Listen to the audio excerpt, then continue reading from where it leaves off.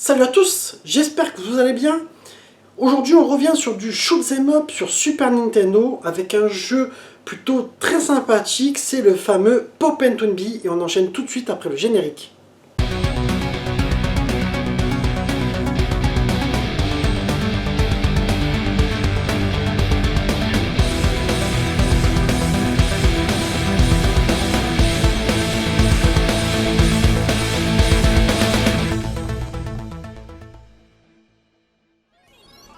Pop and Toonby sur Super Nintendo, à ne pas confondre avec le Pop and Toonby Adventure qui est un jeu de plateforme.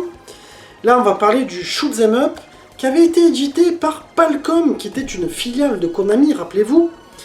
Il est sorti le 26 mars 93 au Japon. Il a eu droit à une version au cours du mois de novembre 93 en Europe. Et aux États-Unis, j'ai cherché des infos, je ne l'ai pas vu, alors dites-moi s'il y a eu une version ou pas. Moi en tout cas, je me rappelle l'avoir acheté au cours de l'année 94, même peut-être certainement vers la fin d'année, avec ma mère en fait, parce qu'on était parti faire des courses. Si tu veux, pas très loin de chez nous, il y avait un supermarché Casino. C'était pas Géant Casino, c'était Casino. Et eux, si tu veux, ils avaient des petits rayons, hein, il n'y avait rien de ouf. Mais il y avait souvent des déstockages. C'est comme ça d'ailleurs que j'avais trouvé le Starwing. À l'époque, je me rappelle encore, à 99 francs, qui était neuf. Franchement, c'était la folie. Et donc là, on y va. Et je me rappelle avoir vu ce Pop and Toonby. Pareil, 99 francs neuf. Et j'avais dit à ma mère, oh, maman, j'aimerais bien le prendre. Tu sais, normalement, c'est des jeux, ça vaut 450 francs, 500 francs. Là, il faut en profiter. En fait, bon, moi, ce jeu-là, je t'avoue, je le connaissais même pas. Mais on était comme ça. Il y avait un jeu comme ça, possible à gratter aux parents.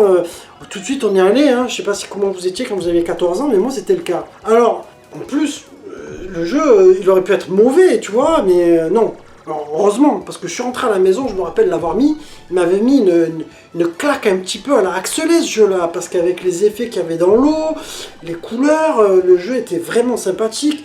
Moi j'adorais. Alors en plus, c'était un jeu qui avait quand même 7 stages, donc pour le finir, il fallait t'accrocher, j'avais passé vachement de temps dessus. Et tellement j'étais un jobard, qu'avec les années, après tu sais, à force d'avoir les jeux Super Famicom en boîte japonaise, eh bien j'avais changé cette version-là, contre une boîte japonaise, contre un jeu, une version japonaise que mon pote avait acheté aussi. Parce qu'on faisait un petit peu des effets de groupe en fait à cette époque. Je sais pas comment vous étiez vous, mais nous quand il y en avait un qui achetait un jeu qui était trop kiffant, après on voulait trop l'acheter aussi, même si on se les prêtait, tu vois. Donc maintenant je vais te proposer de passer directement au test. Alors graphiquement, comme je t'ai dit, moi il m'a fait une clacasse à l'époque. Mais c'est surtout quand tu achètes un jeu comme ça, que tu sais pas, tu le connais pas, d'un coup tu le mets dans la machine, putain tu es content de ton achat en plus. Et je trouve qu'aujourd'hui quand tu le remets il est toujours aussi beau. Alors le stage de l'eau franchement avec les effets comme ils sont faits, alors c'est sûr que c'est peut-être pas aussi ouf techniquement que Axelé tu vois, mais je trouve que c'est vraiment beau, c'est bien détaillé, c'est joli, c'est propre. Et alors moi je dirais que ça mérite un 18 sur 20, vous me direz ce que vous en pensez, mais je trouve qu'il fait partie des plus beaux jeux de la machine celui-ci. Au niveau animation, j'ai pas noté de grands ralentissements, bien qu'il y a beaucoup de personnages à l'écran, il y a beaucoup de choses à un moment donné, il y a des effets quand même qui sont assez jolis, il y a quand même ça bouge un peu de partout, c'est assez fluide.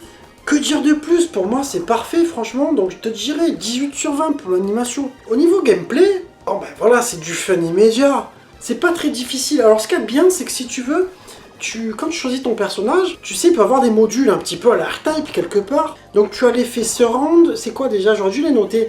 Tu as plusieurs modes, tu as 3 modes. Tu as un mode où ils partent sur les côtés, tu as un mode où ils tournent autour de toi, et un autre où ils sont face à toi, je crois que c'est un truc comme ça. Enfin, à côté de toi, à droite et à gauche. Je me rappelle plus exactement. Mais ça, c'est quelque chose justement qui est plutôt sympathique et qui te varie le gameplay, parce que tu vas vouloir tester plusieurs manières. Ensuite, au niveau jouabilité, il est assez souple, ça répond vite, il n'y a pas de lag. Donc je te dirais que c'est un jeu vraiment où tu peux que t'éclater, à moins que tu n'aimes pas ce genre de jeu un petit peu kawaii, tout ça, ça reste du 18 sur 20 pour le gameplay.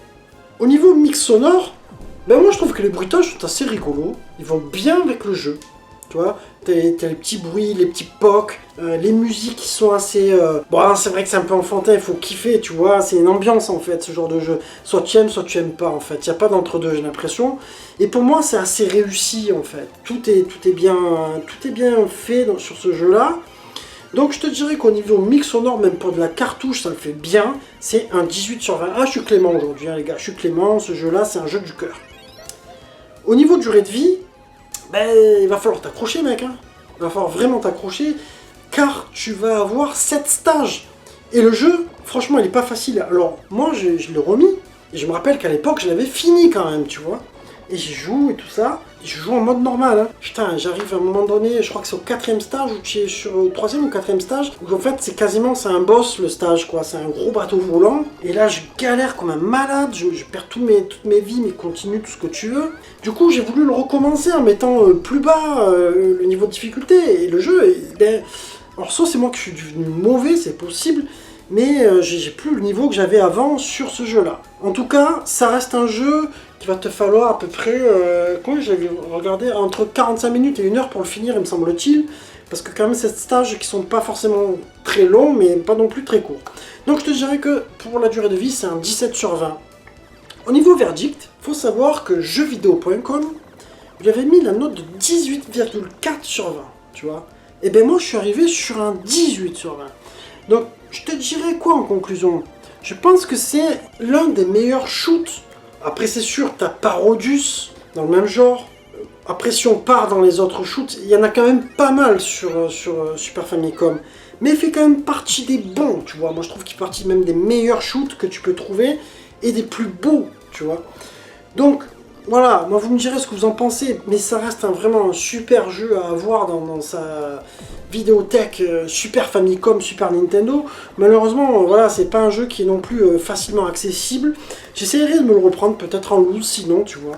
Moi je l'ai testé sur la PS Mini, ça marche très très bien les enfants, sinon voilà, c'est une très bonne alternative cette émulation. Enfin voilà, on est arrivé sur la fin de la vidéo, j'espère qu'elle vous aura plu. N'oubliez pas de liker, partager, commenter. Et puis je vous embrasse tous et je vous dis à très bientôt les enfants.